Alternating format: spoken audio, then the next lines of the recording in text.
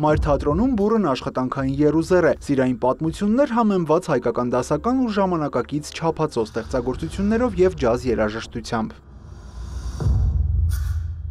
Սա շատ հետաքրքիր համագործակցություն է, իդեպ իմ առաջի համագործակցությունն է Մայր թատրոնի հետ։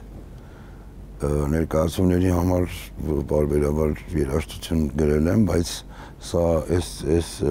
ներկայացման յուրահատկությունը հենց նրանումն է, որ երաժշտությունը եւ երաժիշտը բեմի վրա է ու կենթանի կատարմամբ ու երաժիշտը նաեւ մտնում է դերի դերասանների մեջ։ Ցանկությունը կար, բայց իրականացումը անverջ այսպես տատանումների մեջ էր։ Ես շատ ուրախ եմ, որ Մանեին հաջողվեց այդ ամենը կառուցել եւ ճիշտ է, անverջ ներկայացման ընթացքում բանաստեղծություններ են, չափածո տեքստ է, բայց հստակ երևում են կերպարները, հստակ երևում են հարաբերությունները, ամեն ինչ շատ հստակ է։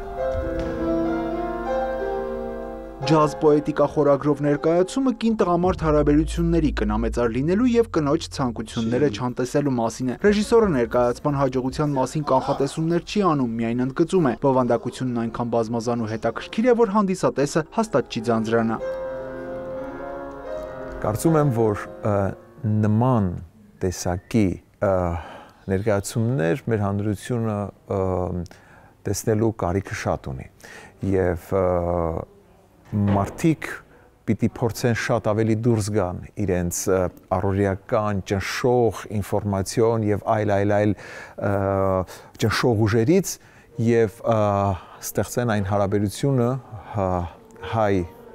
արվեստի հետ, հայ գրականության հետ, երաժշտության հետ առանց որևէ այլ ծանրաբեռնվածության։ Այս ներկայացումը տալու է այդ թեթևությունը, այդ շունչը եւ ես սիրով հրավիրում եմ մեր հանդիսատեսին պարզապես վայելելու հայ խոսքը,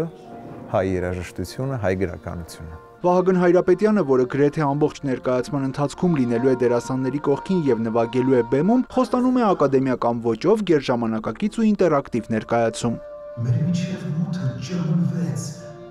ճչաց։ Ինձ թվում է այս թատրոնի հետ լիքը բան կանելու, լիքը պլաններ ունենք մշակած, մտածած,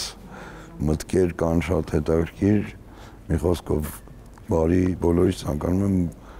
հաջող պրեմիերա։ Ցերեկները դու